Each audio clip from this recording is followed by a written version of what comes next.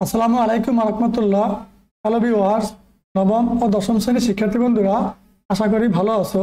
Math educare zone online শিক্ষা পরিবারের পক্ষ থেকে তোমাদের সবাইকে স্বাগত। আজকে তোমাদের তথ্য যোগাযোগ প্রযুক্তি বইয়ের ৪র্থ অধ্যায় থেকে আলোচনা শুরু করব। চলো আলোচনা শুরু করা যাক। ৪র্থ অধ্যায় আমার লেখালেখি ও হিসাব। দেখো এখানে মনিটরের কম্পিউটারের এক্সেলের কিছু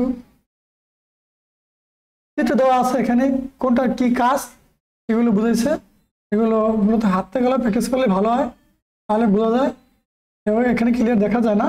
দেখো একটা স্যালারি শিট, এই যে স্যালারি শিট কীভাবে তৈরি করতে হয়, মূলত যে কেনা বেচা হয় পণ্যের কোম্পানি হিসাবে এগুলো রাখা হয় বেশি। এই স্যালারি শিট তৈরি করতে হয়। তারপরে যে কোনো প্রতিষ্ঠানের কর্মচারীর মাসিক বেতনের স্যালারি শিট তৈরি করতে হয়। ঠিক আছে, এখানে দেখো বলা আছে অধ্যায় শেষে আমরা কি কি শিখবো। এই গুরুত্বপূর্ণ পাঠগুলো তোমরা এখান থেকে দেখে নিবে। তাহলে আমরা আলোচনা করব ওয়ার্ড প্রসেসরে আমার লেখার কাজ। ওয়ার্ড প্রসেসরে আমার লেখার কাজ মানে ওয়ার্ড প্রসেসরে যে কেউ লিখতে পারে, আর ওয়ার্ড প্রসেসর থেকেই লেখার হাতেখড়ি হয়। মূলত কম্পিউটার টাইপ শুরু হয় ওয়ার্ড প্রসেসরে লেখার মধ্যে দিয়ে। মানুষের মনের ভাব প্রকাশ করার একটা মাধ্যম হলো লেখালেখি করা। একটা প্রশ্ন হতে পারে যে মানুষের মনে ভাব প্রকাশ করার একটি মাধ্যম কি? লেখালেখি করা। ঠিক আছে, আমাদের প্রয়োজনে আমাদেরকে নানা রকমের লেখালেখি করতে হয়। আমাদের প্রয়োজনে আমরা কি নানা রকম লেখালেখি করি বা করতে হয়। হতে পারে সেটা কবিতা, গল্প, উপন্যাস বা দিনপঞ্জি লেখা। লেখালেখি তারাও আমাদের দৈনন্দিন জীবনে বিভিন্ন রকমের ছোট বড় হিসাব করতে হয়। বাজারের হিসাব, বাসা ভাড়ার হিসাব, পরীক্ষার ফলাফল প্রস্তুত ইত্যাদি। আমাদের লেখালেখি ও হিসাবের এই কাজগুলো করা একসময় কষ্টসাধ্য ছিল, কিন্তু তথ্য ও যোগাযোগ প্রযুক্তির বিকাশের ফলে এই কাজগুলো করার জন্য এখন আমাদের হাতে না গেলে রয়েছে অনেক ধরনের সফটওয়্যার। এখানে বোঝার আছে, খেয়াল করো। আমাদের আগেকার দিনে এই যে বাসা বাড়ির হিসাব, পরীক্ষার ফলাফল প্রস্তুতকরণ, বাজার হিসাব অনেক কষ্টসাধ্য ছিল। বর্তমানে তথ্য যোগাযোগ প্রযুক্তির যুগে আমরা সফটওয়্যারের মাধ্যমে এগুলো অনায়াসে করতে পারি। যে আমি তোমাদের জন্য স্ক্রিন রেকর্ড করতেছি, ভিডিও করতেছি, এটা কিন্তু একটা কম্পিউটার। দেখো এই মনিটরের উপরে সবকিছু দেওয়া আছে, তোমরা ওপেন করলে সবকিছু দেখতে পাবো। পর্যায়ক্রমে তোমাদের প্রতিষ্ঠানে থাকলে এগুলো তুমি হাতে কলমে প্র্যাকটিস করবা। ঠিক আছে, তাহলে তোমাদের ধারণা আরো ক্লিয়ার হয়ে যাবে। এসব সফটওয়্যারকে বলা হয় অফিস সফটওয়্যার। এখন প্রশ্ন আসতে পারে অফিস সফটওয়্যার কাকে বলে? মানে আমরা আগে যে কাজগুলো নিজের হাতে কলমে করতাম, হাতে বসে করতাম, সেই কাজগুলো এখন হাতে করতে হয় না। এখন সেগুলো সফটওয়্যারের মাধ্যমে আমরা সহজেই সমাধান করতে পারি। এগুলোকে বলা হয় অফিস সফটওয়্যার। ঠিক আছে, নিজের ভাষায় এভাবে লিখে দিলেই হবে। তুমি কি বুঝতে পারছো সেটা ভাষার মাধ্যমে প্রকাশ করতে পারলেই উত্তর হয়ে যাবে। আমাদের ডেস্কটপ, ল্যাপটপ বা স্মার্টফোনে এই সফটওয়্যারগুলো ব্যবহার করা যায়। খেয়াল করো, এখন এই ডেস্কটপ মানে কম্পিউটার, ল্যাপটপ মানে কি ছোট, যেটা আমরা হাতে ব্যবহার করি, অথবা স্মার্টফোন যে মোবাইল ফোন ব্যবহার করি আমরা, অ্যান্ড্রয়েড মোবাইল ফোন, এগুলোর ভিতরে এই সফটওয়্যারগুলো এখন কি ব্যবহার করা যায়। লেখালেখির জন্য রয়েছে ওয়ার্ড প্রসেসর, আর হিসাবের জন্য রয়েছে স্প্রেডশিট অ্যানালাইসিস সফটওয়্যার। সফটওয়্যার কিন্তু এখানে দুটো সফটওয়্যার কথা বলছে। একটা হলো কি স্প্রেডশিট সফটওয়্যার, যেটা কি ওয়ার্ড লেখা হয়। একটা হচ্ছে কি, একটা হচ্ছে ওয়ার্ড প্রসেসর সফটওয়্যার, আর একটা হচ্ছে স্প্রেডশিট অ্যানালাইসিস সফটওয়্যার। একটা মধ্যে লেখালেখি হিসাব করা যায়, বাংলা টাইপ করা যায়, যেমন এইভাবে টাইপ করা যায়, এইভাবে টাইপ করা যাবে। আর স্প্রেডশিট অ্যানালাইসিস সফটওয়্যার কোনটা আছে? এখানে হচ্ছে এই স্যালারি শিট, এখানে কোম্পানির স্যালারি শিট, মাসিক অ্যানালাইসিস, হিসাব কিতাব তৈরি করা হয়। ঠিক আছে, এটা হচ্ছে কি স্প্রেডশিট অ্যানালাইসিস সফটওয়্যার। এগুলো সম্পর্কে তোমরা পূর্ববর্তী শ্রেণীগুলোতে প্রাথমিক ধারণা পেয়েছো। এই শ্রেণীতে তোমরা এগুলো সম্পর্কে কিছু অগ্রসর ধারণা পাবে, মানে আরো বিস্তারিত পাবে। কোনো কিছু লেখার কাজ হলো কল্পনার জগৎকে বাস্তবে নিয়ে আসা। কি বলছে? কোনো কিছু লেখার কাজ হলো কি কল্পনার জগৎকে বাস্তবে নিয়ে আসা, মানে বাস্তব রূপদান করা। মানুষ তার কল্পনাকে অন্যের কাছে তুলে ধরতে মাধ্যম হিসেবে লেখার কাজ শুরু করে। মানুষ তার কল্পনাকে, তার মনের যে ভাষা আছে, ভাব আছে, সেই ভাবকে অন্যের কাছে প্রকাশ করার জন্য লেখার কাজ শুরু করে। এই ইতিহাস আমরা অনেকেই জানি। বর্তমানে এই কাজে তথ্য ও যোগাযোগ প্রযুক্তি ব্যবহৃত হচ্ছে বা ব্যবহৃত হচ্ছে। আর এক্ষেত্রে ওয়ার্ড প্রসেসিং এর গুরুত্ব অনেক বেশি। মূলত লেখালেখি আমরা আগে ওয়ার্ড প্রসেসর থেকে টাইপ করতে হয়, কোনটা কি অক্ষর বহন করে, কোনটা বাংলা কি অক্ষর বহন করে, ইংরেজি কি অক্ষর বহন করে আমি কি জানি। প্রথমেই ওয়ার্ড প্রসেসরে টাইপ করে শিখতে হয়, তারপরে আমরা কিন্তু অন্যান্য টাইপিং এর কাজ করতে হয়।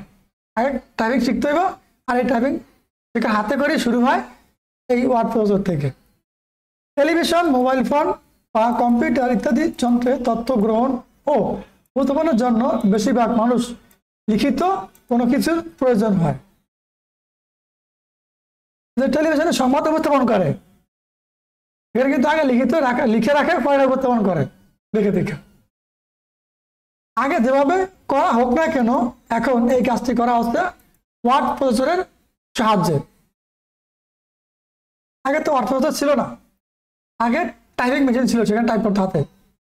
এখন এটা কি ওয়ার্ড প্রসেসরের সাহায্যে করা হয় সহজে।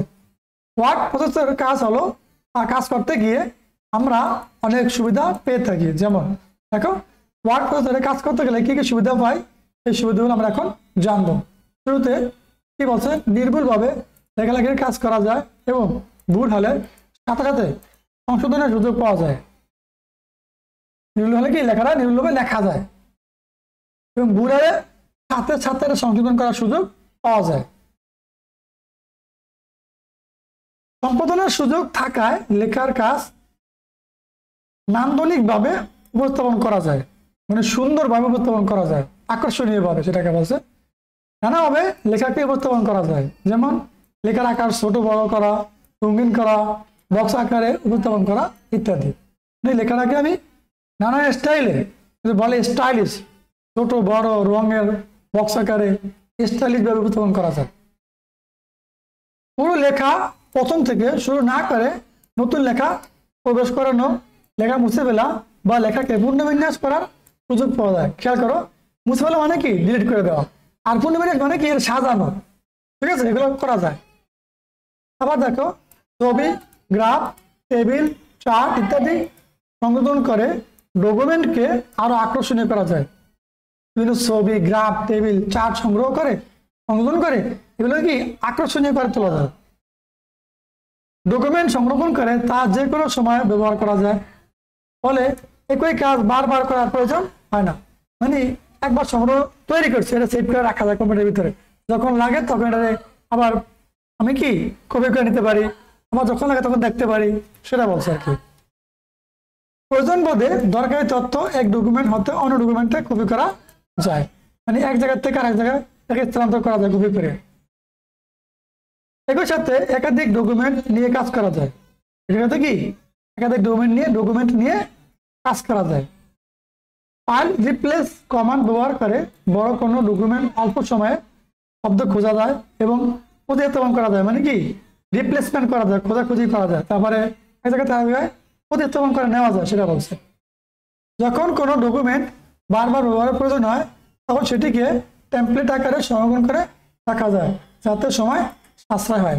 খেয়াল করো, ডকুমেন্ট তৈরি করা রাখছো, এখন প্রতি সপ্তাহটা সংশোধন করতে হয়, দেখা থাকে সব লেখা ঠিক থাকে, মাঝে মধ্যে কিছু সংশোধন করতে হয়, সংশোধন করে আবার কি এটা কি কপি করতে হয়।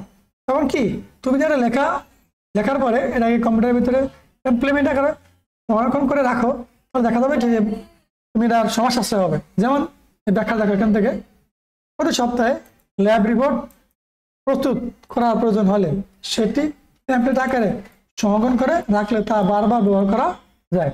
যেমন প্রতি সপ্তাহে রিপোর্ট করতে হয়, ল্যাবে কি রিপোর্ট করতে হয়, যেমন এই প্রতিষ্ঠান, যেমন একটা প্রতিষ্ঠান ইভেন্ট ধরো, এই সপ্তাহে আয় কয় টাকা, ব্যয় কয় টাকা, খরচ কয় টাকা, কোন খাতে কি হয়েছে না হয়েছে, কে বুঝে ছিল কে বুঝে ছিল না, তুমি এটা ডাটা তৈরি করে রাখছো। এখন দেখা যাবে কি তারিখ পরিবর্তন নেব আর সংখ্যাটা পরিবর্তন নেব, কিন্তু ভিতরে লেখাটা কি প্রায় একই থাকে। এই জন্য বলছে কি তুমি যদি টেম্পলেট আকারে সংরক্ষণ করে রাখো, তাহলে তুমি অল্প সময় প্রতি সপ্তাহে ওরা সংশোধন করি তুমি আবার নতুন করে তৈরি করতে পারবা, তোমার সাশ্রয় হবে। সে বিষয়টা বুঝেছে। বড় আকার ডকুমেন্ট যেমন গবেষণাপত্র, বিষয়বস্তু সারণী, রেফারেন্স, ছবির তালিকা, গ্রন্থপুঞ্জি ইত্যাদি অনেক কাজ খুবই অল্প সময়ে সম্পাদন করা যায়। পানি তৈরি করা, রেফারেন্স তৈরি করা, ছবির তালিকা তৈরি করা, গ্রন্থপুঞ্জি তৈরি করা, এগুলো খুব অল্প সময়ে করা যায়, ডকুমেন্ট তোমার কাছে থাকে। আবার দেখো বানান দেখা সফটওয়্যার বা স্পেল চেকার এর সাহায্যে সহজেই বানান সংশোধন করা যায়। খেয়াল করো, এখন বানান দেখার সফটওয়্যারও আছে, অথবা স্পেল চেকার সফটওয়্যারও আছে, যেগুলোর মাধ্যমে তোমার লেখা ভুল হলে এগুলো সাথে সাথে চেক করতে পারবা, বানান শুদ্ধ করতে পারবা। ওটা বলে দেবে সফটওয়্যার তোমার বানানটা কোন জায়গায় ভুল। ঠিক আছে।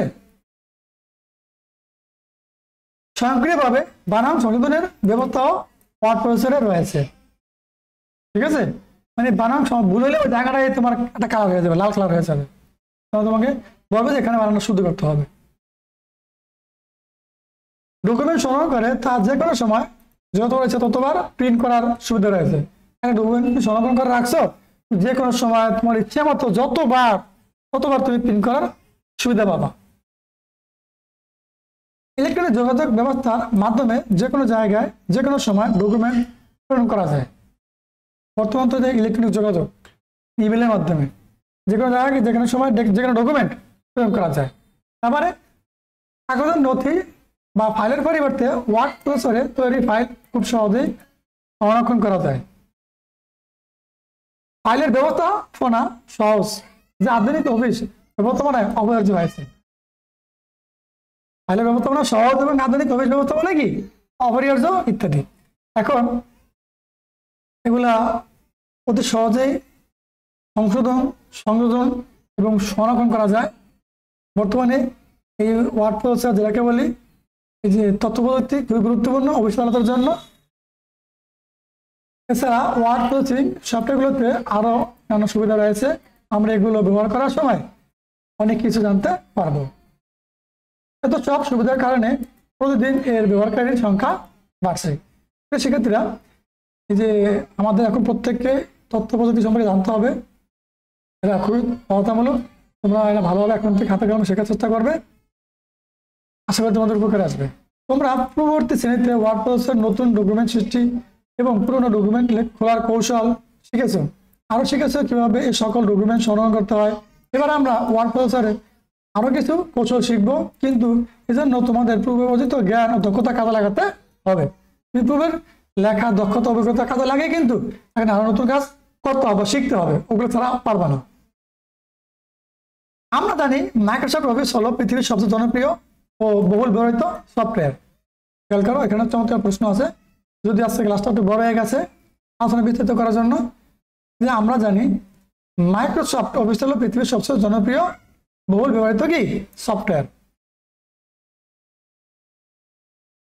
এছাড়াও রয়েছে বিভিন্ন ধরনের অফিস সফটওয়্যার রয়েছে, যার যে কোনো একটি আমরা ব্যবহার করতে পারি। বর্তমানে অনেকে এগুলোর সর্বশেষ সংস্করণ ব্যবহার করছে। সংস্করণ মানে কি ভার্সন। একটা ভার্সন কদিন পর আবার আপডেট হয়, আর নতুন ভার্সন হয়, আরো সহজ হয়, সুন্দর হয়, আকর্ষণীয় হয়, এগুলো বলে কি সংস্করণ। যে কোনো একটি সংস্করণে অভিজ্ঞ হলে অনেকটি ব্যবহার করতে কোনো অসুবিধা হয় না। তুমি যে কোনো একটা সংস্করণ সম্পর্কে জানো, কাজ জানা থাকে, তাহলে নতুন ভার্সন আসুক তুমি ডাউনলোড করবা, ইনস্টল করবা, কিন্তু কাজ আগের নিয়মে হবে। বাংলাদেশে যেহেতু মাইক্রোসফট অফিস সফটওয়্যারটি বেশি ব্যবহৃত হয়, তাই এখানে আমরা মাইক্রোসফট অফিস 2007-এর মাইক্রোসফট ওয়ার্ড এবং মাইক্রোসফট এক্সেলের ভিত্তিতে আলোচনা করব। খেয়াল করো, একটা প্রশ্ন আছে যে আমাদের যেহেতু বলছে, দেখো বাংলাদেশে মাইক্রোসফট অফিস সফটওয়্যার বেশি ব্যবহৃত হয়, তাই এখানে আমরা মাইক্রোসফট অফিস 2007-এর মাইক্রোসফট ওয়ার্ড এবং মাইক্রোসফট এক্সেল আলোচনা করব। শিক্ষার্থী বন্ধুরা, আজকে আলোচনা এই পর্যন্তই ছিল। তোমরা চমৎকার ক্লাসটা শুরু তো শেষ পর্যন্ত দেখো, আশা করি ভালো লাগবে। ভালো থাকো, আল্লাহ হাফেজ।